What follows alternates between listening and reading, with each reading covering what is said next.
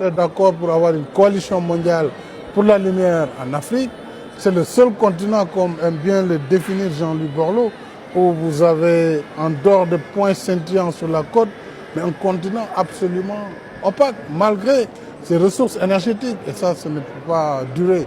Il faut donc que ce petit fonds sur l'électrification soit quand même sorti, en plus de tout ce qui pourra être fait dans le fonds climat vert, avec en particulier l'atteinte ou pas des 100 milliards. L'essentiel, c'est d'avoir des fonds et des principes et mécanismes transparents et des procédures aussi flexibles pour permettre la mobilisation de cet argent. Sinon, Monsieur le Président, c'est quoi le danger? Ce sont des réfugiés toujours plus nombreux. C'est un risque aussi pour la paix mondiale? C'est les deux en même temps.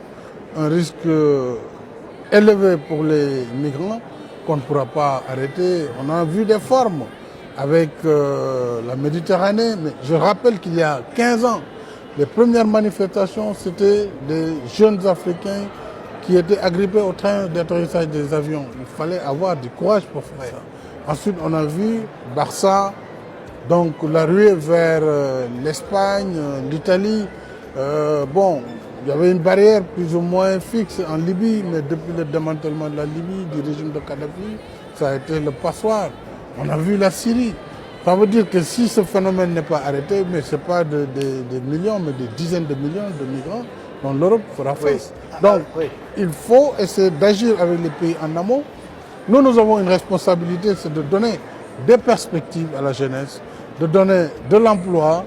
Tout cela passe par des mobilisations de ressources internes, domestiques de l'Afrique, mais aussi une contribution extérieure. Comme l'Europe a eu à en profiter, à en bénéficier après la Seconde Guerre. Comme l'Asie, après la Seconde Guerre aussi, a bénéficié de fonds, il faut que l'Afrique ait non pas les mêmes montants, mais un accompagnement sur l'énergie, sur l'agriculture durable, sur un certain nombre de projets qui vont aller dans l'atténuation et dans l'adaptation par rapport au changement climatique. Quand on dit c'est un sommet pour la paix, évidemment dans le contexte des attentats qui ont frappé la France, qu'a souligné le président Hollande, aujourd'hui on sent le monde devant une perspective où là il va falloir décider. Oui, un tournant. Monde, hélas, ne sait pas trop dans quelle direction aller, puisque la lutte contre le terrorisme, elle est forcément multiforme, elle prend des aspects différents. Parce que le terrorisme a pris des voies différentes. Depuis le 11 septembre, vous avez vu, c'était des avions qui ont heurté des tours. Ils ont frappé quand même le Pentagone, le bâtiment le plus élevé au monde. Ils ont frappé les tours, le World Trade Center.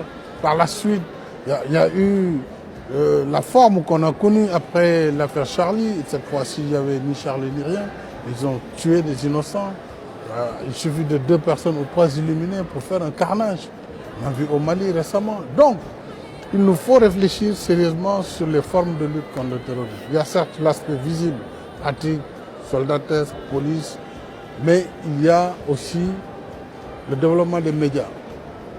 Les terroristes utilisent les réseaux sociaux, Internet, la presse, pour faire leur propagande. N'est-il pas temps de voir s'il ne faut pas changer de méthode? Il faut absolument éviter également la stigmatisation de tout ce qui est communauté religieuse, islamique, puisque les plus grandes victimes sont musulmanes du terrorisme. Donc il y a tous ces risques d'amalgame qui vont remettre en cause les modèles de société et le comment vivre, le vie ensemble, qui fait la nation française, la nation dans beaucoup de pays. Si on amène les uns et les autres à se taper dessus, je pense que c'est le début d'une guerre de civilisation qui serait encore autrement plus grave. Et donc, il faut beaucoup de lucidité, il faut de la fermeté, il faut de la coopération internationale et il faut une action globale. Ça ne peut pas se réduire en Europe ou en Syrie. C'est aujourd'hui l'Afrique qui est au cœur de cette lutte contre le terrorisme avec la Libye, avec Boko Haram en Afrique de l'Ouest. Donc, il faut une action globale au niveau des Nations Unies, la France, l'Union européenne, les pays africains. Bref, tout le monde doit s'impliquer dans cette lutte.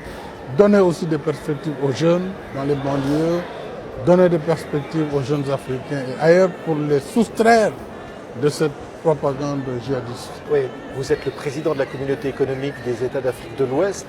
Monsieur le Président, l'Afrique parle d'une seule voix aujourd'hui dans cette COP21. L'Afrique est unie, enfin. L'Afrique est totalement unie, mais alors vraiment totalement sur cette question. Nous pensons qu'il faut harmoniser aussi les interventions sur l'énergie.